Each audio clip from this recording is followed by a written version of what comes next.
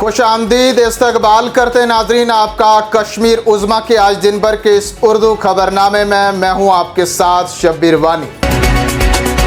जम्मू कश्मीर में मिलिटेंसी को इस हद तक दफन किया जाएगा कि सदियों तक इसके निशान दोबारा नहीं मिलेंगे।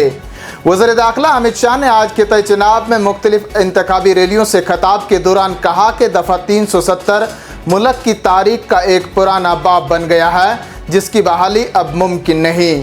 उन्होंने इल्ज़ाम आयद किया कि नेशनल कॉन्फ्रेंस और कांग्रेस इत्तेहाद ने हमेशा जम्मू और कश्मीर में मिलिटेंसी की बुनियाद रखी है, लेकिन मुल्क में जब तक वज़ीर आज़म नरेंद्र मोदी की हुकूमत मरकज़ में है, कोई भी ताकत खित्ते में 1990 की दहाई की तर्ज पर मिलिटेंसी को बहाल नहीं कर सकती। मुल्क में 2 आइन और 2 झंडे वापस लाने का सवाल ही नहीं बनता। नेशनल कॉन्फ्रेंस के सरबराह डॉक्टर फारूक अब्दुल्ला पर सख्त हमला करते हुए मरकज़ी वज़ीर दाखिला अमित शाह ने कहा कि वो कहाँ थे जब किश्तवाड़ में खून की होली अरूज पर थी। तब वो लंदन के साहिलों पर लुत्फ़ अंदोज़ हो रहे थे और किश्तवाड़ खून में लथपथ था।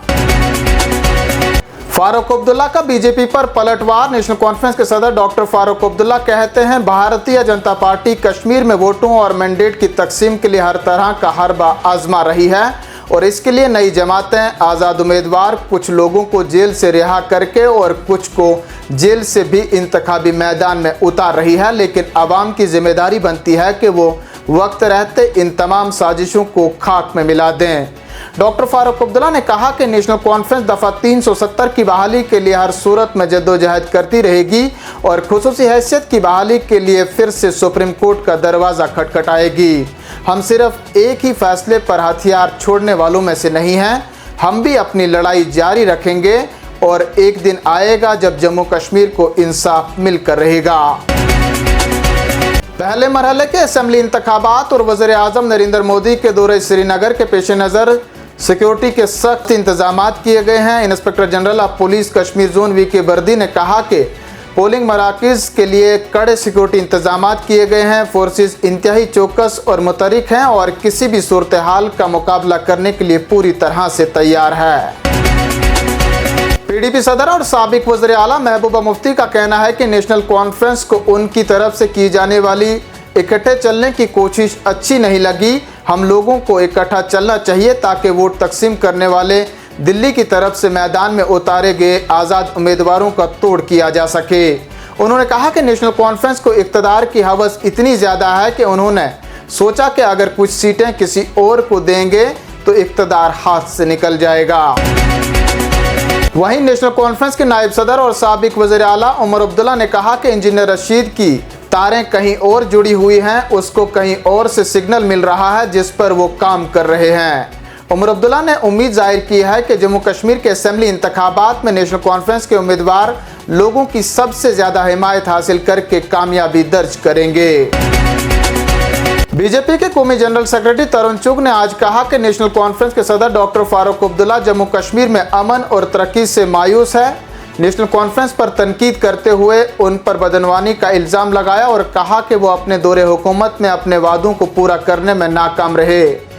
तरुण चुग ने मजीद कहा कि दफ़ा 370 को हटाना जम्मू और कश्मीर के लिए एक ऐसा आवाम दोस्त, मुल्क दोस्त और कश्मीर दोस्त फैसला है जिससे सरमायाकारी, रोज़गार की तख्लीक और इस्तेकाम को फ़रोग मिला है।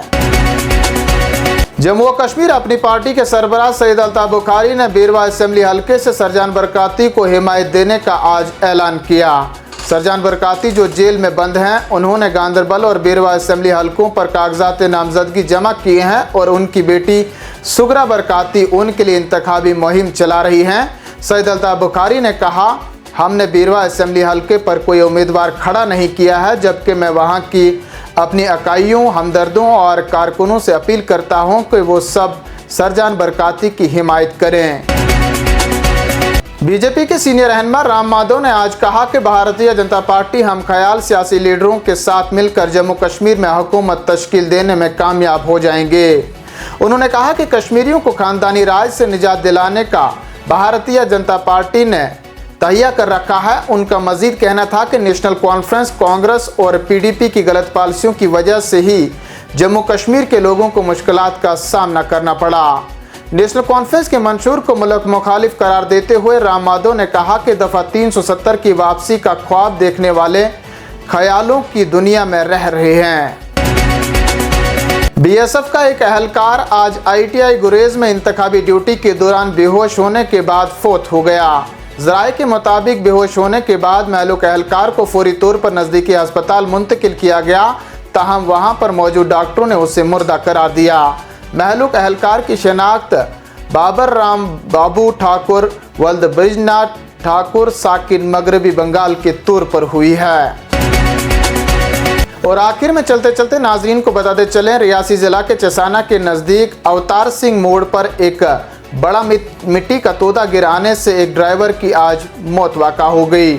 महलूक ड्राइवर सलाल का रहने वाला था। ड्राइवर की इस हादसाती मौत से इलाके में सफ़े मातम बिछ गई है। मुकामी लोगों के मुताबिक महलूक नौजवान को एक बहुत ही मेहनती और सरशार इंसान के तौर पर जाना जाता था। इन्हीं खबरों के साथ नाजरीन आज का शुमारा इख्तिताम को पहुंचता है। अपने मेज़बान शबीर वानी को दीजिए इजाज़त। देखते रहें कश्मीर उज़्मा।